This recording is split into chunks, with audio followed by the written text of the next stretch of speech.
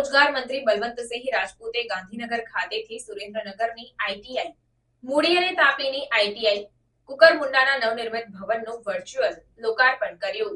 આપને જણાવી દઉં કે આશરે ₹16 કરોડથી વધુના ખર્ચે નવનિર્મિત આઈટીઆઈ ભવનના લોકાર્પણ પ્રસંગે કુકરમુંડા ખાતે શ્રમ અને કૌશલ્ય રાજ્યમંત્રી કુંવરજીભાઈ હળપતિ તેમજ મૂડી ખાતેથી વિધાનસભાના નાયબ દંડક જગદીશભાઈ મકવાણા ઉપસ્થિત રહ્યા હતા। અત્રે ઉલ્લેખનીય છે કે અગાઉ આઈટીઆઈ કુકરમુંડામાં 276 બેઠકો હતી, જેને હવે વધારીને 436 કરવામાં આવી છે, જ્યારે આઈટીઆઈ મૂડીમાં અગાઉ 240 બેઠકો હતી, તેને વધારીને 480 કરવામાં આવી છે।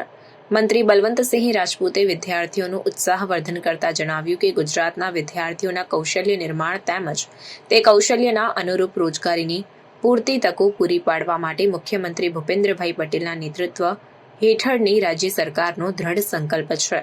લોકાર્પણ થયેલા નવીન આઈટીઆઈ ભવનોને મળીને ગુજરાત સરકારે ગત 2 વર્ષમાં 11 અદ્યતન આઈટીઆઈ ભવનનું નિર્માણ કર્યું છે। એટલું જ નહીં, રાજ્યના વધુમાં વધુ વિદ્યાર્થીઓને પ્રવેશ આપી તાલીમબદ્ધ કરી શકાય તે માટે આઈટીઆઈ બેઠકોમાં પણ વધારો કર્યો છે।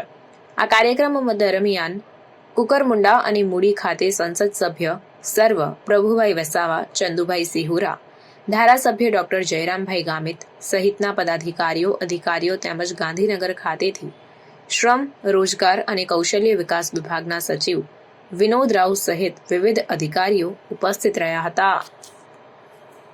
આજે એક વાતનો આનંદ છે, ગુજરાતના આદરણીય મુખ્યમંત્રી ભૂપેન્દ્રભાઈ પટેલ સાહેબ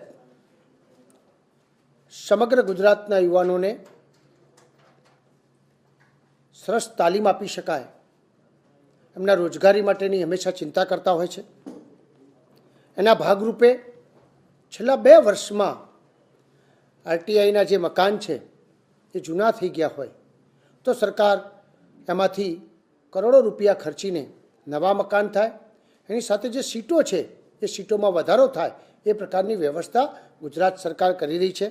એના ભાગરૂપે આજે ગુજરાતમાં 2 એટલે મુરી તાલુકામાં 240 વિદ્યાર્થીઓ જે હતા એની જગ્યાએ બીજા 240 વધશે અને અંદાજે 6 કરોડ રૂપિયાથી વધારે બાંધકામ જે ખર્ચ કર્યો છે એના કારણે મુરી તાલુકાના યુવાન મિત્રોને જે તાલીમ અપાતી હતી એની અંદર અનેક 21મી સદીની સુવિધા સાથેની પ્રાપ્ત થવાની છે। તેની સાથે સાથે કુકરમુંડા તાલુકામાં પણ એ જ પ્રકારે 276 બેઠકો હતી, એમાં 160 બેઠકો વધશે, એટલે 436 બેઠકો કુલ થવાની છે। તો આગળ પણ 10 કરોડથી વધારે રૂપિયા આપીને તો આગળ પણ આધુનિકતાથી તૈયાર થાય એ પ્રકારની બાંધકામ વ્યવસ્થા, રૂમોની વ્યવસ્થા એ પ્રકારની કરી છે। આવનાર સમયમાં શ્રમ અને રોજગાર વિભાગ છે એ સખત મહેનત કરીને રોજગાર ગુજરાતમાં કોઈ બેરોજગાર ના રહે એ પ્રકારનું કદમ આજે આગળ વધારી રહ્યું છે અને એના લોકો જે વિદ્યાર્થીઓ જે તૈયાર થાય એ સ્કિલ સાથે તૈયાર થાય એ પ્રકારનું ભણે કે ભણી રહ્યા પછી 2-3 વર્ષમાં જ એને રોજગારી પ્રાપ્ત થાય એ પ્રકારની વ્યવસ્થા આજે ગુજરાત સરકાર કરી રહી છે। હું બંને તાલુકાના તમામ યુવાન મિત્રોને ખૂબ દિલથી શુભકામનાઓ આપું છું અને કહું છું કે સરકાર હંમેશા તમારી સાથે છે। તમે તાલીમબંધ ભણો, રોજગારીની વ્યવસ્થા ગુજરાત સરકાર 100% કરી દેવાની છે।